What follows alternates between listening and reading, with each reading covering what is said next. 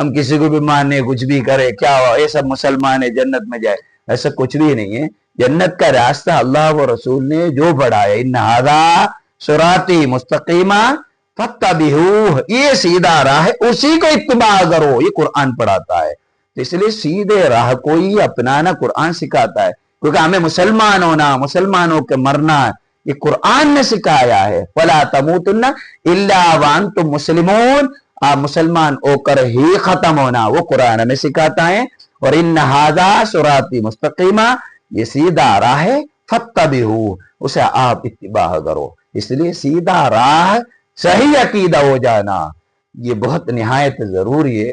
ہر کوئی مولانا نام ہو، اسلام کا نام ہو، قرآن کا نام ہو، حدیث کا نام ہو، اس میں ہم مغالطے میں نہیں ہونا چاہیے۔